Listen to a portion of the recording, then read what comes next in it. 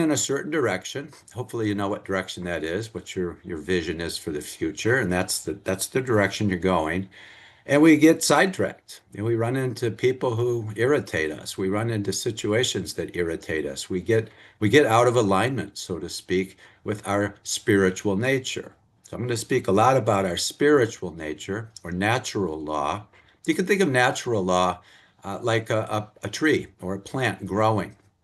Why is it growing? It's because it's supposed to. It's its essence. Essence. That's a critical factor in all of this. What is our essence?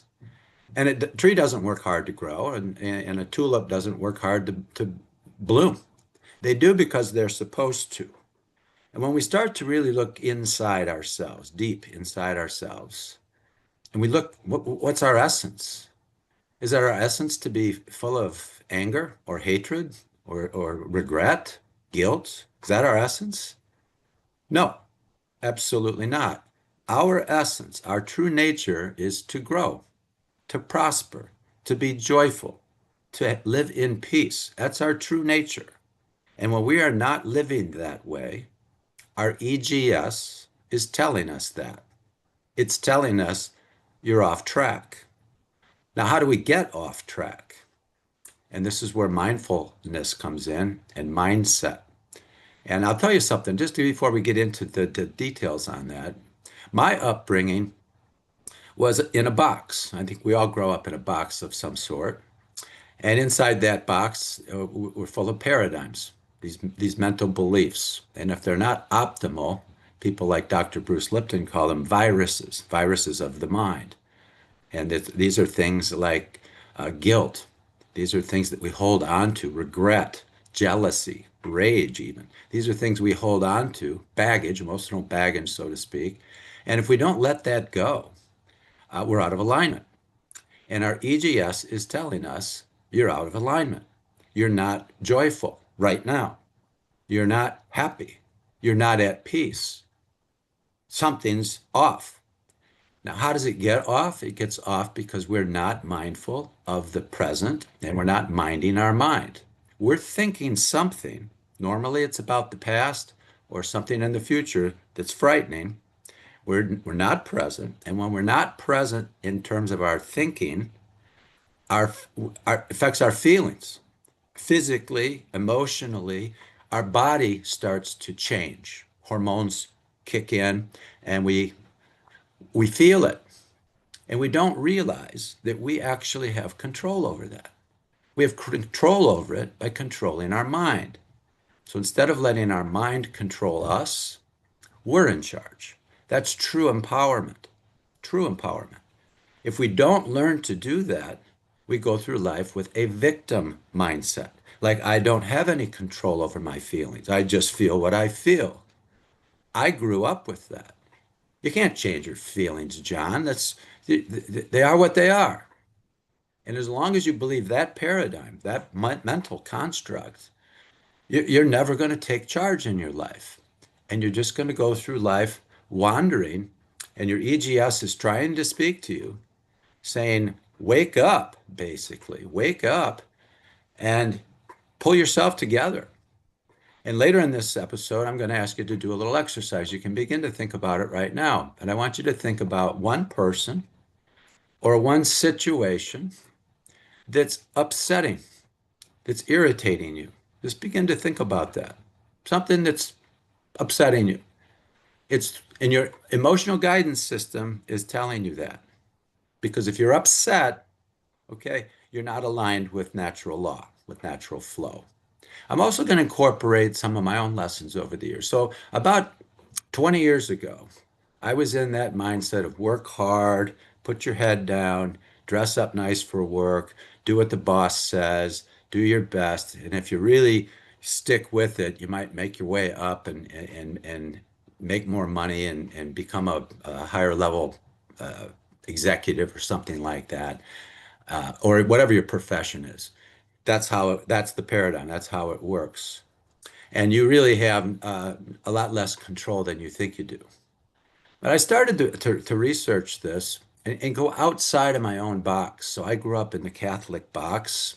I'm not worthy, fear God, Make sacrifices. You're a sinner. And that was the programming I had to deal with. And I started to question that. And I highly recommend questioning.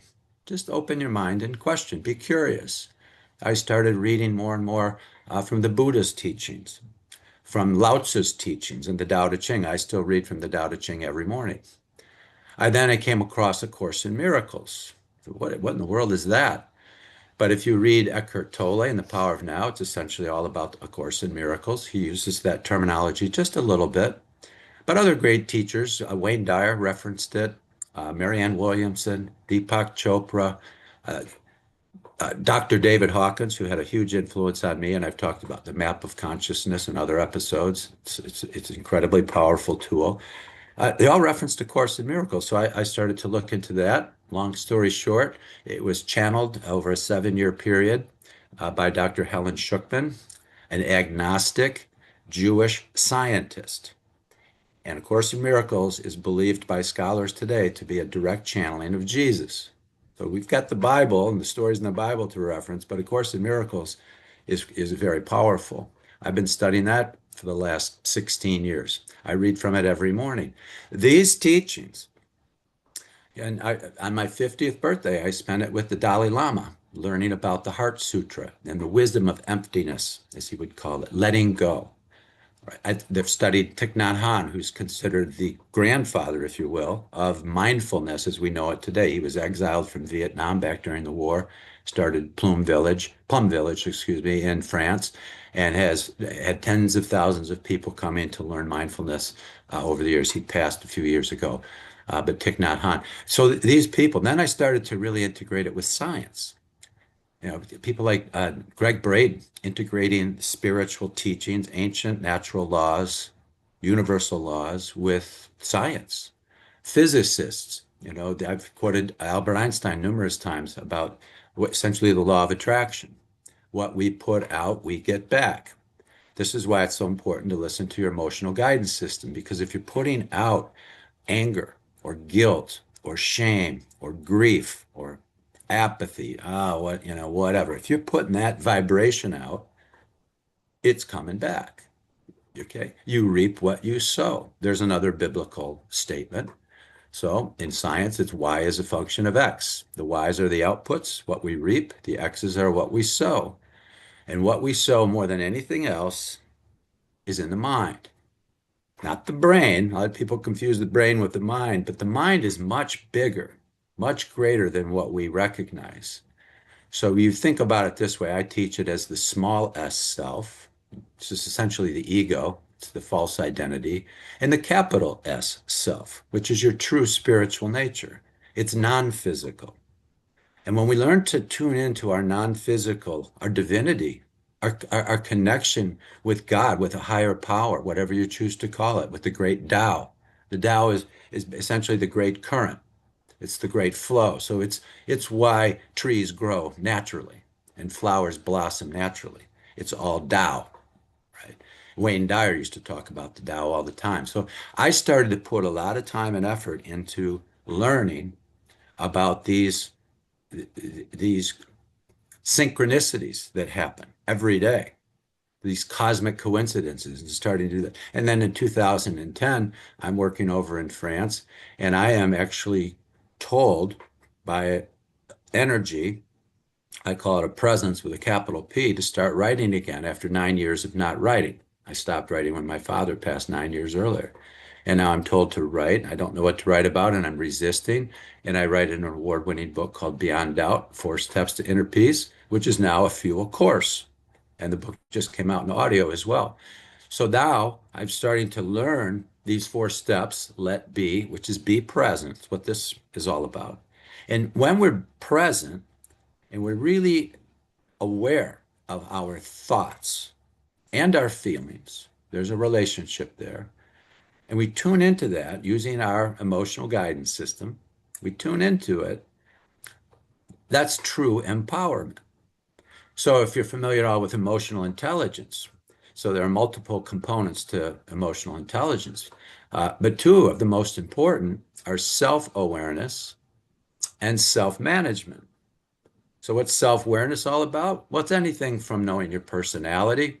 And actually in our June, our theme for the month is personality. Danielle and I will be leading sessions on how to tune into your personality, really get to know more or less your persona, your tendencies, what you prefer one thing over another. That's important, self-awareness. But more important, in my mind, in terms of self-awareness, is how am I always feeling in the now? Because that's what I'm sending out. And our mind is looking to the future. We have to plan, we have to set goals, we have to think ahead. The key is when we're present and we're thinking ahead, how do we feel? What is that vision doing for us? Is it exciting? Am I eager? I can't wait. Because if I'm eager and I'm enthusiastic and I'm excited about the picture I see in my mind, I can't be afraid. Can't be enthusiastic and afraid at the same time. My energy frequency is different. So the energy frequencies of true excitement, positivity, and optimism, and a vision that's compelling is a very different frequency than the frequency of fear. And going back to that map of consciousness, David Hawkins taught A Course in Miracles through his science, PhD, MD, brilliant man. These are people that essentially mentored me and I learned from. And when we start to really understand the power of frequencies, Nikola Tesla, a famous physicist, very famous physicist, said if you want to understand the secrets of the universe, think in terms of energy, frequency, and vibration. So when we start to really realize that we live in a vibrational world, our bodies are vibrational. They appear to be dense and physical, and you can touch them, of course, and things like that. But if you take it down to the quantum level, we're mostly space. We're energy. All right. You take 50 trillion cells in your body and you look inside the cells to the molecules and you look inside the molecules to the atoms and inside the atoms to the protons and the electrons and the neutrons. Most of it's empty space. It's energy, energy in motion. So when we really tune into that energy in motion, and we govern it, so to speak. We manage it. So the second competency in emotional intelligence is self-management. So I know if I'm becoming irritated by something, and I'm assuming it's that thing that's irritating me, I've just disempowered myself and taken on a victim consciousness. That's not wise.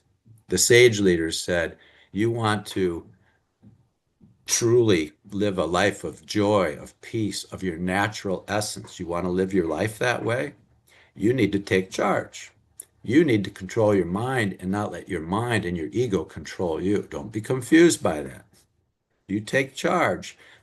Byron Katie, another wonderful person I've studied for years, has what she calls the work. And part of the work, I won't go into the details right now, but part of the work is she says, how do you feel when you think that thought? How do you feel when you think that thought? Could be about thought about anything. How do you feel? And then she says, what would you feel like if you let go of that thought? What if you let go of that thought? How would you feel? And in most cases, people go, well, I feel a lot better. I'd feel free. I wouldn't be blaming my ex-spouse for abusing me or whatever. I wouldn't be blaming my boss because I'm unhappy. I wouldn't be blaming the government because, geez, things are falling apart, seems like. All right. I wouldn't be blaming anybody for anything. I'd be taking charge of the only thing I can control, which is my own mind. And if I've got thoughts running through my mind that are triggering my EGS to say, alert, alert, you're not present, you're projecting, get back to now, and in the now, change your thoughts, change it. It's like changing the channel on a radio. Just change the dial. Every song on the radio is a different frequency. That's why you can't hear them all at once. Each one is a specific frequency. People are different frequencies. You resonate with certain people, you get along, it's easy, it's effortless, it's a beautiful relationship. You don't have to have signed papers and all kinds of that stuff. Your higher self does not operate with human law. Your higher self is only governed by natural law, by source energy, by the Tao, whatever you want to call it. Your higher self is governed by peace, total peace, harmony, balance. It's karmic. When we understand karmic law and that every debt gets paid, that everything that goes around comes around, we don't have to condemn anybody for anything. All right. Now, here's another thing that people find a little bit scary or off is we pray to God for forgiveness. We pray to God for forgiveness. And of course, in Miracles teaches us this. God doesn't forgive. God doesn't forgive. Why doesn't God forgive? Because God doesn't condemn. There's nothing to forgive. Now, that's a whole different paradigm. And if you're interested in any more on A Course in Miracles, and I know we've got it in the chat here, my last book, Miracle Minded Manager, essentially explains the Course in a it's a story, and it explains the Course in a very practical way through a family. So you can take a look at that if you want to learn a little bit more about A Course in Miracles. It's a significant course. When Dr. Helen Schuckman channeled this course, she she was resistant, like I was channeling Beyond Doubt. This is in the 70s. It took 7 years, and she was frightened by it, by the way. She didn't believe in spiritual beings. She was a scientist teaching psychology at Columbia University, brilliant woman. And who is this talking to me? She calls it, she scribed it. And with the help of a colleague, Dr. Bill Thetford, out came the Course in Miracles, which has been studied now for over, what, 50, 60 years. And the teachings there in one word, if you want to truly understand what's being taught there, it's the word forgiveness. And Jesus said, forgive them. They don't know what they're doing, basically, as he was being crucified. Forgive them. So when we learn forgiveness, I had a conversation with a young man just the other day, going through a 17-year split, and he's fallen apart, so to speak. He's just an emotional uh, baggage case, if you will. And I said, have you thought about forgiveness? Because it's the only way you'll ever free yourself from your EGS. I didn't use that terminology, but it's screaming at you. It's telling you you're way out of line. So stop and readjust. Take control. That's mindfulness. That's mindset matters big time. So I said I was going to ask you to do a little exercise here. So think about a situation or a person that you find, when you think about it, irritating. Could be somebody that upset you 20 years ago, a, an ex-spouse. Could be somebody who abused you as a kid. Could be something that happened yesterday or something going on right now. You're in a rough spot. Think about that situation and feel it. What's it feel like? Incidentally, in one of my courses, and you can see this on YouTube, it's actually, I teach it in one of my fuel courses, Beyond Doubt. There's a device you can use called the M Wave. It's from the Heart Math, the Institute of Heart Math in California. And they have an app for your phone called Inner Balance. And what you essentially do is you hook up to this app. You just hook up to a sensor to your earlobe, and it measures your heart coherence. It measures essentially the vibration you're putting out. And instantly, if you're thinking something that's disturbing, you're going right down into the red. It reads it immediately. And now you're at a low heart coherence. What does that mean? It means that's what you're asking for. You're asking for misery loves company. You're feeling miserable, you're asking for more.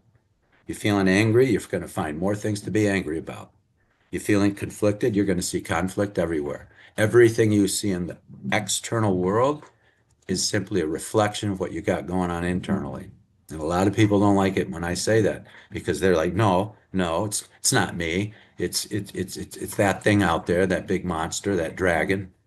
No, no. When a child thinks that there's a monster under the bed, or a dragon peeking through the window, it's not real. So they're afraid of something that isn't real. Guess what? We are too, as people. We're afraid of things that are illusions. They're not real. And once we wake up and the lights come on, like, what was I afraid of? And you just start to laugh at it. And these are obviously topics I talk on Fearless on Fridays. So I hope you'll join us on Fridays as well. And Fuel's got so much to offer in this way. And so, in addition to the courses and the incredible faculty members, these performance instructors, and we emphasize accelerated performance. So no matter how good you are at something, there's always room to get better. It's like a professional athlete or a professional musician. They don't just stop practicing because they're good enough. They continue that journey throughout life.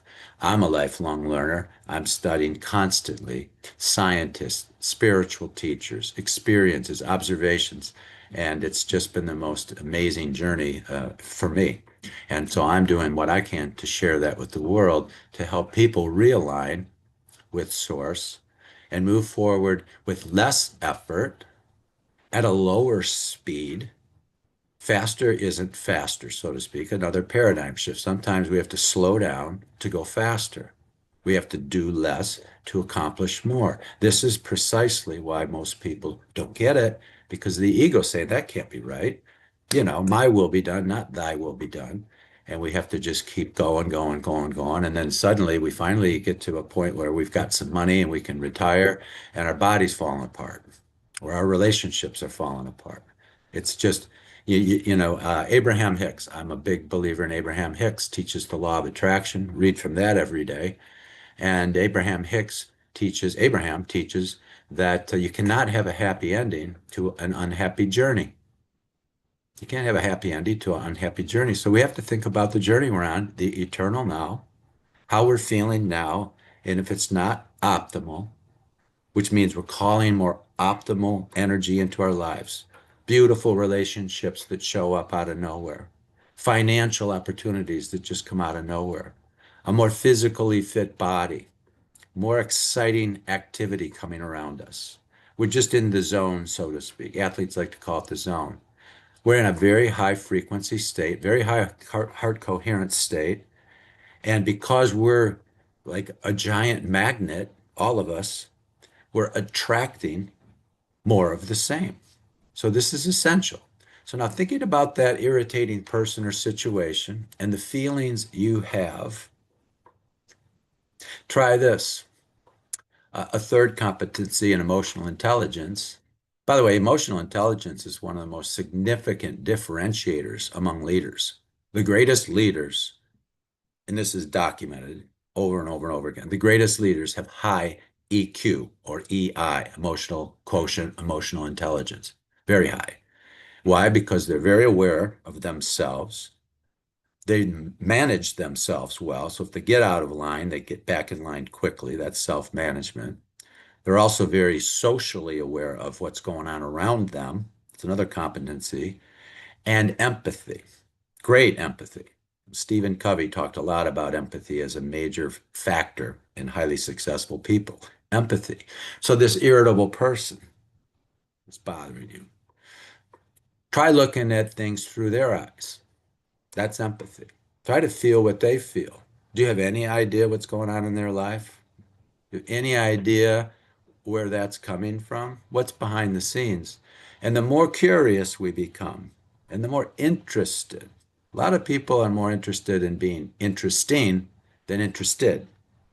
People you want to be around are people who are interested. Now, they're probably interesting because they're interested, but they listen and they're curious and they ask you thoughtful questions and they empathize and try to understand you. Great leaders have great empathy. They're interested, they're curious, and they pay attention. So, what could be going on behind the scenes with this person that's bothering you? What kind of pain might be they be going through? Okay. Or maybe it's simply they have a different vibration, different energy frequency than you do. I've gone through this with relationships. I went through a 26-year marriage where our energy frequencies divided. I kept rising, just kept learning, just kept experiencing more and more awakening moments, more synchronicities in life, more blooming. And she went a different direction. She went a different direction. Now, here's the thing, no matter how hard you work at a relationship where the frequencies are off, it's not like a flower blooming. It's work, it's effort. And you just, so, and you ask yourself, why am I doing that? Why am I in this miserable relationship? And you stop and you ask yourself, do I even like this person? Do I like doing things with this person? It could be a job. Do I like this job? Do I like the company, the culture and I'm in? And if it's a different frequency, it's like, I've said this before, it's like trying to like a type of music you don't like. You could try and try and try. It just doesn't sound good to you. And other people might love it, and that's perfectly okay. So what is it? You go through a buffet line and you're like, well, I like this and I like this. And somebody else is going, you what? You like, I can't stand that stuff. That's okay because food has frequency, it's energy. By the way, what you don't want to do is go through the line going, I don't like that. I don't like that. I don't want that. I don't want that. If there's a chef back there, he or she's going to say, well, can you just tell me what you do want? And incidentally, a lot of people go through life that way. Oh, I don't like that. Oh, I don't like that person in office, and I don't like this person that I have to work with, and I don't even like my job, and I don't like my body. I negative, negative, negative, negative. Your heart coherence is tanking, and you're wondering why life is so difficult because you've completely abandoned your own power and a higher power that's trying to work through you. So now think about letting go. This is step two in the ring of peace from beyond doubt. Let be present, let go. How would I feel without this thought? To quote Byron Katie, how would I feel without this thought? Hmm. And what happens when you get to step three in the ring of peace? Let be, let go. Let see is the next step. This person looks different to you. This situation looks different to you. You might not like it still. I don't like it, but you're more awake and you're more aware and you see opportunities. You see a brighter future that might mean you need to go back and let go of a relationship, change jobs, make a change in your life, but take responsibility and then begin to see things differently. And the last step is in the ring of peace is let flow. And it's again, it's iterative. So it's not one and two, three, four, and I'm done. The more we practice it, it's a practice, the better we get at it, the more synchronicities we see in life, the better we feel, the more joyful, the more at peace in any situation, we become more and more imperturbable, just more contemplative. There's got to be a flip side to that argument. We step beyond judgment and ego and pride. We're into the realm of true spirit, unconditional love. There's not conditional love isn't love. Okay, that's lust. Unconditional love, which means we're totally forgiving. We could have had a miserable relationship with somebody 10, 20, 30 years ago, but we have zero hard feelings, zero regret. It's just the way it is. It's just the way it is. And it's past. There's nothing we can do about it now. So that's it for today on Mindset Matters. Next week, we've got Allie back, and she's going to be talking about meditation from the beginning. And she's got a great course on fuel for meditation for beginners. So Allie Sweeney will be back to continue our theme of living in the present, living in the eternal now. And in the chat, I mentioned the book Miracle Minded Manager, which I wrote to teach A Course in Miracles in a very practical way. If you're interested, take a look at that. Also, share this if you would. Share these recordings with family and friends and teammates because our intention is to help people around the world live with more peace, live with more mindfulness, and recognize that we have a lot more power and control than we think we do. And when we take charge, we take ownership, we take responsibility, um, we're on our way to a great journey. We're on a great journey to a great ending. So a happy ending to a happy journey. I'm also going to be on Leadership Live with Donnie Tuttle on the 20th. Join me there. And this coming week on Fearless, I've got Ross Bernstein. Ross is one of the top speakers in the country, over 2,000 in the world, because he's spoken on all 7 continents, and he's got a very personal story to share about fear and adversity that he's run into and how he's dealing with that. So join us on Fearless. Uh, like and share the videos on YouTube. And with that, if hopefully I'll see you on Friday on Fearless. Otherwise, you'll be back next week to see Allie. So that's it for today. Have a great week. Be mindful and let be, let go, let see, and let flow.